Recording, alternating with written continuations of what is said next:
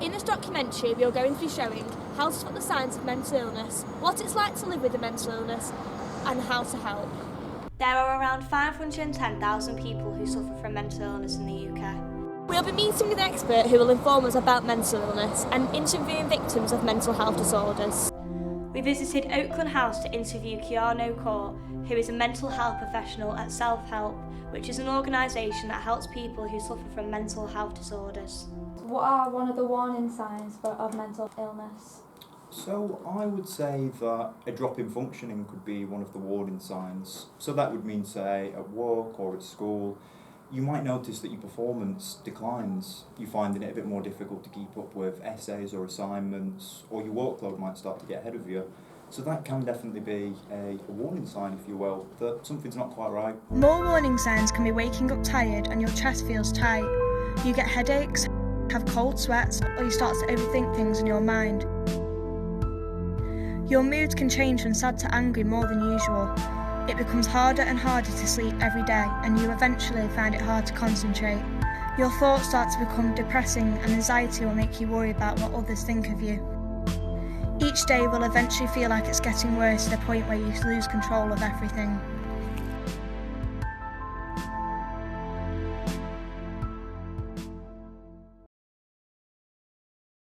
Horrendous. Yeah, we know. Absolutely horrendous. Yeah. I think it affects the people that are around them more than it does the person who's mentally ill. I think it's really hard for him because it's not recognised as much as physical illnesses are. So like, you could have a really bad depression issue and someone could just treat it as like, oh, you're just sad. It's like, no, just deal with it. What's it like living with anxiety? It's like an inner hell because you can get it at such a young age and you don't know what it really is. Not until you're older and obviously like you go to therapy, counselling for it because you realise finally something is wrong. But mine started when I was about 6 years old.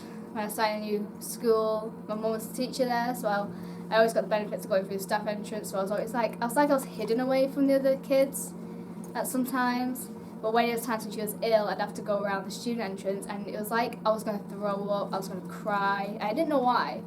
My parents always made a joke that I was scared of the school gates, but it was like, it's like something in my head was telling me, so if you go through that door, something bad's going to happen to your family, it's going to happen to you, and you get so scared you just don't want to do it, and you avoid every situation just to make sure those bad things don't happen. But it got worse, I'd say, when I got older. So, like, when you get older, a lot of things happen, a lot of things change, you get new experiences, which, when you've got that kind of stuff in your head, just makes everything pleasant, you know what I mean? What's it like living with depression? Living with depression it's like hell on earth, really, to be honest with you. Sometimes it's hard to even wake up in the morning, and when you do get up in the morning, you can't even look in the mirror and you can't even have a shower. It's just like everyday things that you do is such a mission to do, really. So it is hard, but you can get through it. But yeah, living with depression is a really horrible thing, really, because you don't even feel like you want to talk to people, and you don't want to eat, and you don't want to even talk to your loved ones or talk to your friends or even do things that you enjoy because depression just takes over, really, and there's nothing you can do. So what's it like living with an eating disorder? Well, sometimes you have like your good days and your bad days, but it's not nice really to live with. It's really hard. Once you do have the disorder, it's so hard to like overcome it because there's just times when you just feel like you don't really want to be here anymore. You could wake up every day and then you could feel fine, and then you just have like something could just trigger it, and then you just wouldn't really know what to do with yourself, so you just wouldn't eat.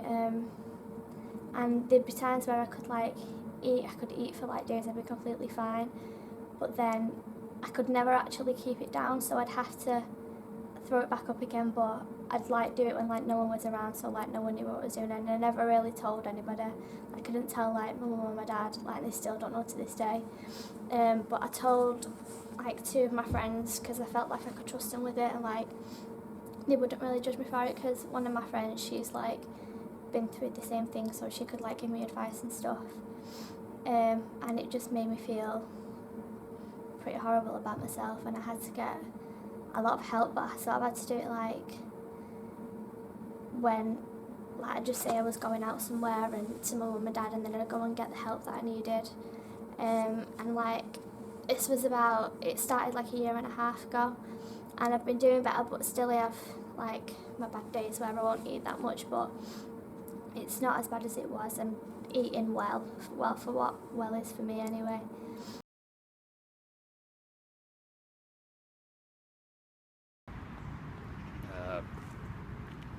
Yeah, I don't know how to help. Just listen to what they have to say and speak to them and just be there for them really when they need it. What should people do to help someone with a mental illness? So the main thing would be to support the person. So perhaps understanding the condition, having a read online, speaking to a health professional, and just trying to understand what it is that's going on with that person. Often with mental illness, there can be a strain on relationships because somebody doesn't quite seem like themselves.